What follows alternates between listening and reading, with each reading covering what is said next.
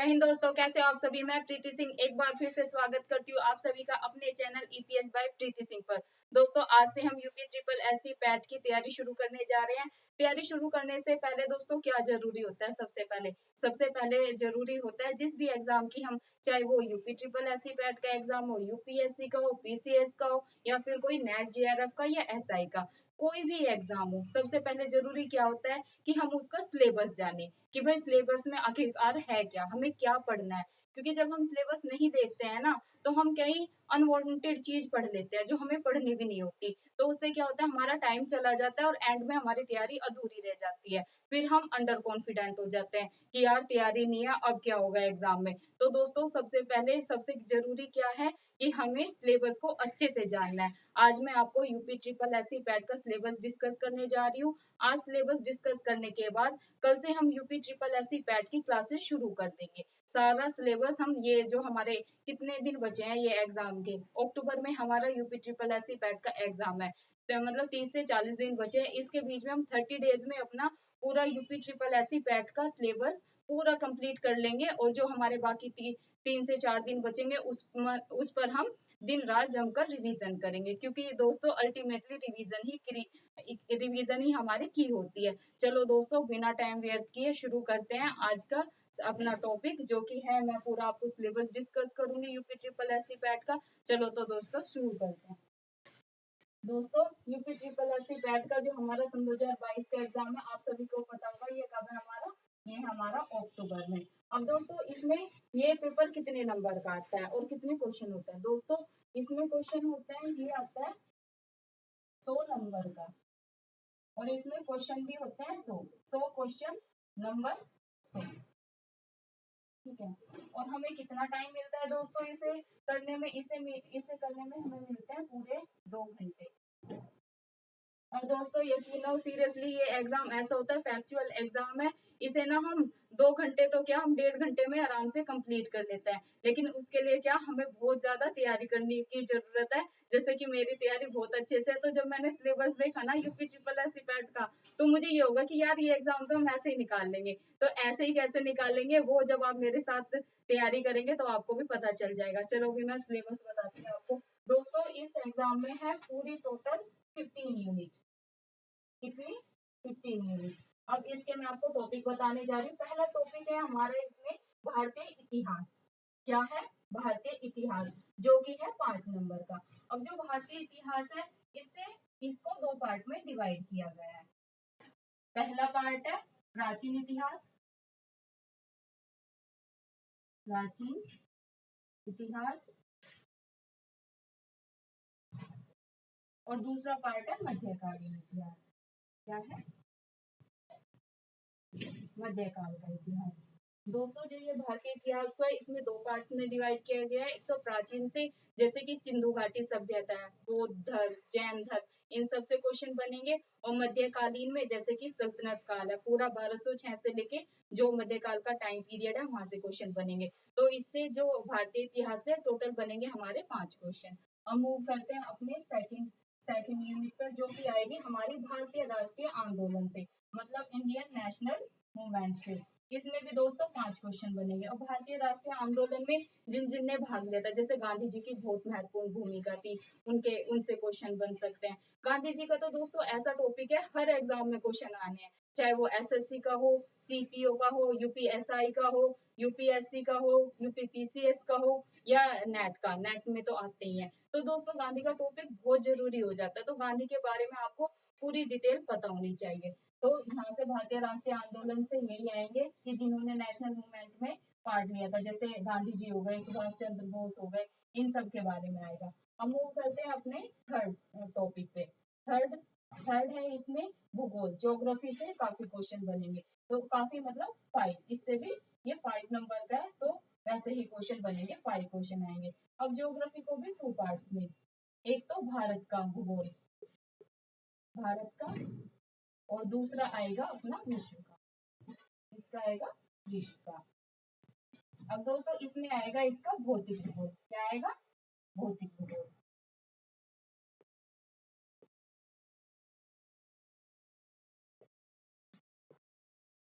तो दोस्तों कहने को ये बहुत बड़ा लग रहा होगा, भारत का यार, विश्व का, भारत का भूगोल भी पढ़ना है, विश्व का भूगोल भी पढ़ना है। लेकिन दोस्तों घबराने की कोई बात नहीं है, इसको हम बहुत इजी वे से करेंगे। इसमें हम मैपिंग के थ्रू करेंगे, क्योंकि जो ज्योग्राफी होता है ना दोस्तों, मैंने मतलब मैपिंग से ही किया और बहुत मजा आता है। ज्योग्राफी ऐसा सब्जेक्ट है, इसमें आप कभी बोर नहीं होते हो, आपको नई नई चीजें सीखने को मिलती है। तो इसमें आप जैसे भारत का है, विश्व का, तो आप मैपिंग से करेंगे मेरे साथ।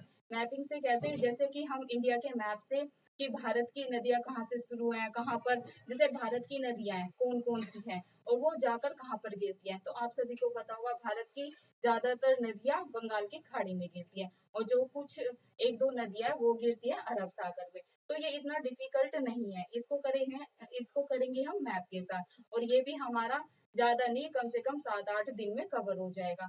तो इसमें टेंशन लेने की जरूरत नहीं है, जो जो एग्जाम में आएगा ना हम उसी पैटर्न पे चलेंगे।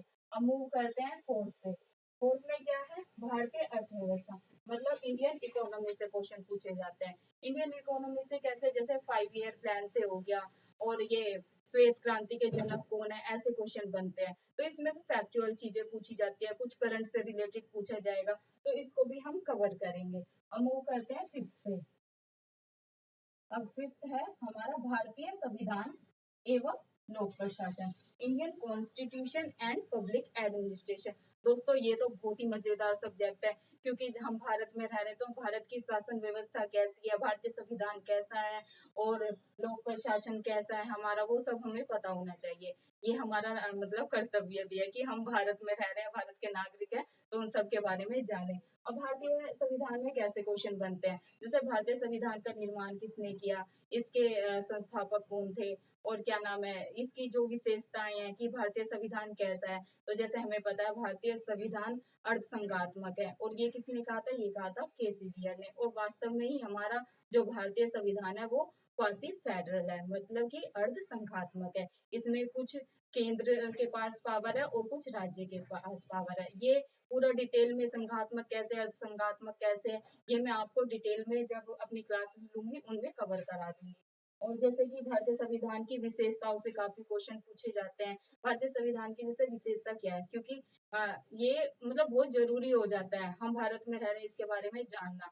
ये किससे हमें पता चलता है, भारतीय संविधान को पढ़ के ही पता चलता है। विशेषताओं में जैसे हम ले ले भारतीय संविधान की, अगर विशेषताएं पूछेंगे, 4 ऑप्शन दिए होंगे कि क्या भारतीय संविधान लिखित है, कैसा है। तो हम सभी को पता है कि भारतीय संविधान लिखित है। सेकंड इसकी विशेषता है कि हमारा भारत का संविधान सबसे बड़ा है।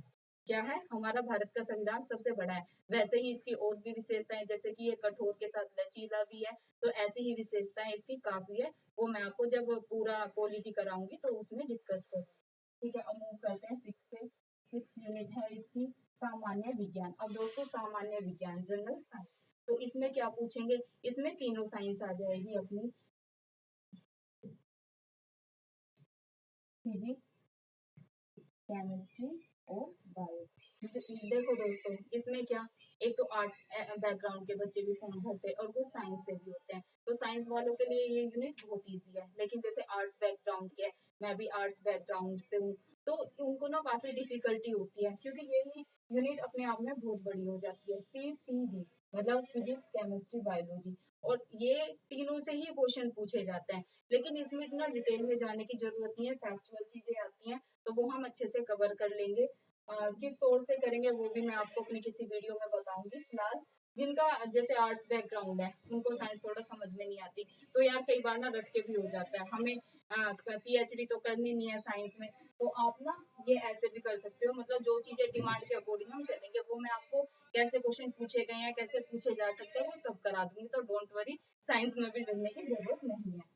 तो मूव करते हैं अपने, ये दोस्तों ये जो यूनिट थी ये भी 5 नंबर की, इतिहास और भारतीय राष्ट्रीय आंदोलन ये भी 5 का, और भूगोल ये भी 5 का, और ये भारतीय अर्थव्यवस्था ये भी 5 नंबर की आएगी हमारी। भारतीय संविधान एवं लोक प्रशासन ये भी आएगा हमारा 5 नंबर का, और सामान्य विज्ञान ये भी आएगा हमारा 5 नंबर का। ठीक है दोस्तों, अब मूव करते हैं अपनी 7 यूनिट पर, जो कि है हमारी अर्थमेटिक। दोस्तों इसमें 5 नंबर का आता है अंक गणित भी। 5 नंबर का आएगा हमारा अंक गणित, जो कि हमारा अर्थमेटिक, इसमें रेशो, परसेंटेज, इन सब से क्वेश्चन आएंगे। मूव करते हैं अपने सेकंड 8 यूनिट पर, जो कि है सामान्य हिंदी। अब दोस्तों इसमें सामान्य हिंदी में आएगा अपने ग्रामर, जो कि हिंदी में ग्रामर होती है अपनी, जैसे संधि हो गया, विलोम हो गया, पर्यायवाची हो गया, ये सब आएंगे, लिंग हो गया। तो ये सब हमारा आएगा सामान्य हिंदी का, ये भी अपना आता है 5 नंबर का।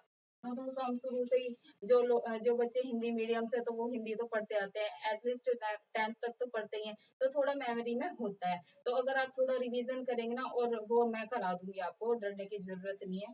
थोड़ा सा अभ्यास करेंगे तो हिंदी भी इजिली हो जाएगी। इसमें भी हम 4 से 5 अपने पूरे राइट करके आ सकते हैं, ऐसे कोई इशू नहीं है, क्योंकि सबकॉन्शियस माइंड में रहती हैं चीजें। अब 9 पे मूव करते हैं दोस्तों। 9 है अपना, जो मेरे लिए बहुत डिफिकल्ट होता है, इंग्लिश। इंग्लिश से आता है दोस्तों 5 क्वेश्चन। अब देखो दोस्तों, जरूरी नहीं है कि हम हर चीज पे कमांड करें। किसी की इंग्लिश वीक होती है, किसी का मैथ वीक होता है, लेकिन जीएस बहुत स्ट्रॉन्ग होता है, ठीक है। तो जिस पे वीकनेस है ना, थोड़ा जिसको काम करना है कर ले, लेकिन अगर आप छोड़ोगे भी ना तो कोई वो नहीं है, क्योंकि 100 नंबर का पेपर है। 100 में से आपको 100 200 तो लाने नहीं है, 80+ लाने। 80+ लाओगे ना तो आपका यूपी ट्रिपल एससी पैट में इजिली सिलेक्शन हो जाएगा। तो आप इसको छोड़ भी सकते हैं, और नहीं तो हम अभ्यास कर लेंगे कैसे क्वेश्चन पूछे गए हैं, तो इसमें भी हम 3 से 4 आराम से इजिली स्कोर कर लेंगे। क्योंकि दोस्तों ये पेपर ही 10th 12th लेवल का है, तो इसमें इतना हाई लेवल का इंग्लिश नहीं पूछेंगे, तो इसको भी हम मजे में आराम से करेंगे। तो डोंट वरी, इंग्लिश से भी डरने की जरूरत नहीं है। तो मूव करते हैं 10 यूनिट पर, जो कि है हमारा तर्क एवं तर्क शक्ति, मतलब लॉजिक एंड रीजनिंग। दोस्तों ये मेरा बहुत फेवरेट टॉपिक है, इसमें बहुत मजा आता है। मतलब जैसे अगर आप मैथ कर रहे हैं ना, तो मैथ में भी आपको नींद नहीं आती, इतिहास पढ़ेंगे तो थोड़ा नींद आना शुरू हो जाता है, लेकिन ये मैथ हो गया और ये रीजनिंग हो गया, इसमें ना अलग ही इंटरेस्ट जगता है, क्योंकि इसमें कैलकुलेशन होती है, हमारा माइंड ना एकदम एक्टिव होता है। तो दोस्तों ये मेरी फेवरेट यूनिट है, मैंने इसकी बहुत अच्छे से तैयारी कर रखी है। जब मैंने यूपीएसआई का पेपर दिया था, तो मैंने पूरा एकदम कहते हैं ना चार्ट जाना, रीजनिंग को वो कर लिया था। तो अभी मैं टिप्स पे अपनी रीजनिंग सॉल्व कर लेती हूँ। तो हम इसको बहुत मजेदार तरीके से कवर करेंगे। आई थिंक 2 से 3 लेक्चर में हम ये अपना रीजनिंग का टॉपिक कवर कर लेंगे। तो दोस्तों ये पूरी हो गई है 10 मिनट।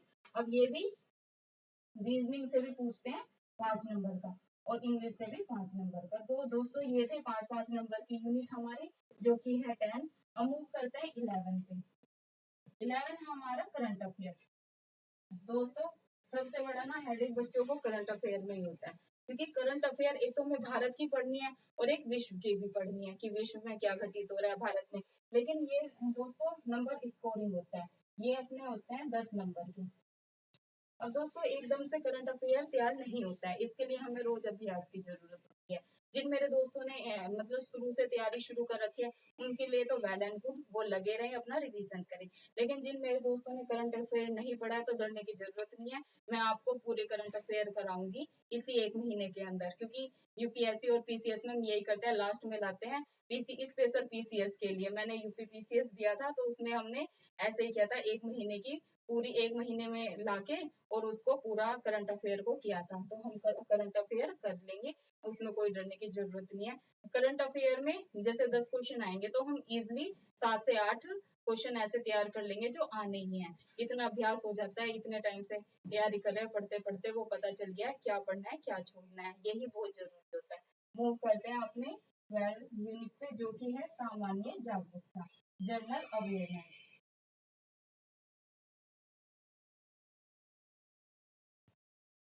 क्या है? General awareness. तो दोस्तों इसमें सामान्य जागरूकता में क्या पूछेंगे? अब इसमें ये भी 10 नंबर का है दोस्तों। ये काफी लेंथी यूनिट है। इसमें भारत के पड़ोसी देश और ये जो विदेश होते हैं, मतलब जैसे फॉरन ये कंट्री हो गई, उनकी देश की राजधानी पूछेंगे, उनकी मुद्रा वहां पर, जैसे जापान में कौन सी मुद्रा चलती है, जापान की राजधानी टोक्यो है, तो उसमें मुद्रा कौन सी चलती है।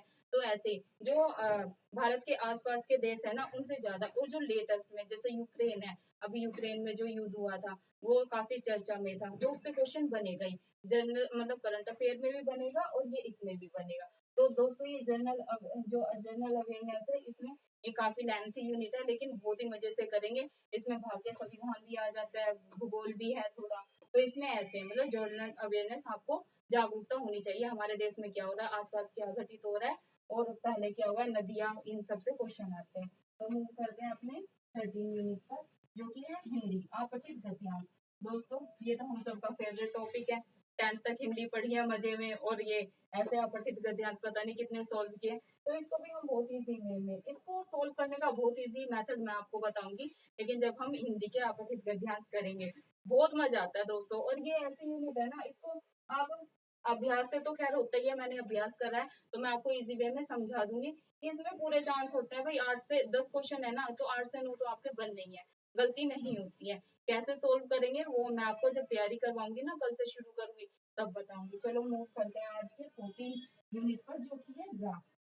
दोस्तों ये ग्राफ भी ना काफी इंटरेस्टिंग होते हैं, ठीक है। वैसे देखने में बर्डन लगता है जिनका मैथ थोड़ा वीक होता है, लेकिन जब आप करोगे ना तो बहुत मजा आएगा। ग्राफ में कैसे क्वेश्चन आते हैं, जैसे किसी स्टेट की पॉपुलेशन दे दी, मतलब जनसंख्या दे दी, ग्राफ देंगे ऐसे बढ़ता हुआ, ऐसे, ठीक है, ऐसे, और यहाँ पर संख्या दे 1998 में कितना हुआ, 1997 में कितना हुआ, फिर क्वेश्चन बना के दे देंगे कि सबसे ज्यादा किस सन में बढ़ा। तो ऐसे करके क्वेश्चन आएंगे ग्राफ के, तो इनका भी हम अच्छे से अभ्यास कर लेंगे, ये भी हो जाएगा। ये 10 नंबर के ग्राफ आते हैं, तो 10 में से हम अपना 8 से 9 पे स्कोर कर लेंगे, तो इसमें भी कोई ऐसे डरने वाली जरूरत नहीं है आपको। चलो मूव करते हैं आज के 15 यूनिट पर, जो कि है लास्ट। ये दोस्तों आता है तालिका से। अब तालिका कई लोगों को काफी डिफिकल्ट लगती है, लेकिन ये भी अभ्यास का ही खेल है दोस्तों। ये मैथ और ये रीजनिंग हो गया, ये ग्राफ हो गया, ये तालिका हो गई, दोस्तों ये पूरा ना अभ्यास का खेल है। आप जितना अभ्यास करोगे ना, उतना आपके माइंड में ना चीजें बैठनी शुरू हो जाएंगी। तो दोस्तों ये थे आज का, मैंने आपको UP triple S C PET का पूरा सिलेबस डिस्कस किया।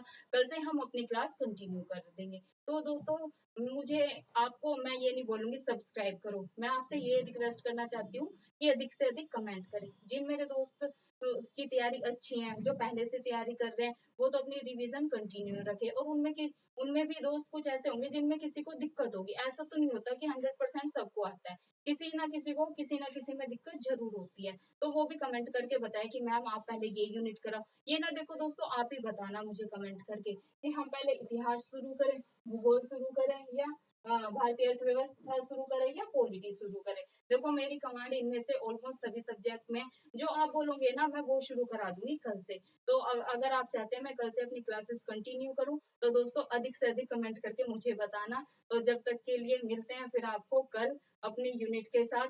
तो दोस्तों सपोर्ट बना के रखना। देखो मैं यही कहना चाहती हूँ, मेरा ये चैनल अभी मैंने जस्ट स्टार्ट किया है, मैं बच्चों को नेट जेआरएफ की तैयारी करवा रही हूँ। अभी ये एग्जाम के कुछ दिन बचे हैं, मैं खुद तैयारी करती हूँ UP triple S C PET की। तो मैंने सोचा कि ये भी क्लासेस ले आते हैं, क्योंकि ज्यादा टाइम नहीं बचा है। तो दोस्तों मिलते हैं फिर अपनी क्लास के साथ, जब तक के लिए अपनी रिवीजन करते रहें और मेरे चैनल को सपोर्ट करें। अधिक से अधिक जितना सपोर्ट होगा हम उतनी अच्छी क्लासेस लाएंगे, और अब मतलब बेस्ट करेंगे अपना। ये यूपी ट्रिपल एस से दोस्तों कुछ नहीं रहेगा, मैं 100% गारंटी दे रही हूँ। जितने लाखों बच्चों ने फॉर्म भरा है ना, आई थिंक 3 से 4 लाख बच्चों ने फॉर्म भरा है, उनमें से सिलेक्शन बहुत ज्यादा बच्चों का होगा, लेकिन तभी होगा जब आप मेरे साथ जुड़े रहेंगे। बहुत मजेदार तरीके से तैयारी करेंगे, एकदम सिंपल लैंग्वेज में करेंगे, सरल भाषा में करेंगे, और एकदम मजे में करेंगे। मतलब टेंशन नहीं लेना कि यार UP triple S C PET किया है। और दोस्तों ये एग्जाम क्वालिफाई करने के बाद ना हमें बहुत सारे रास्ते मिल जाते हैं,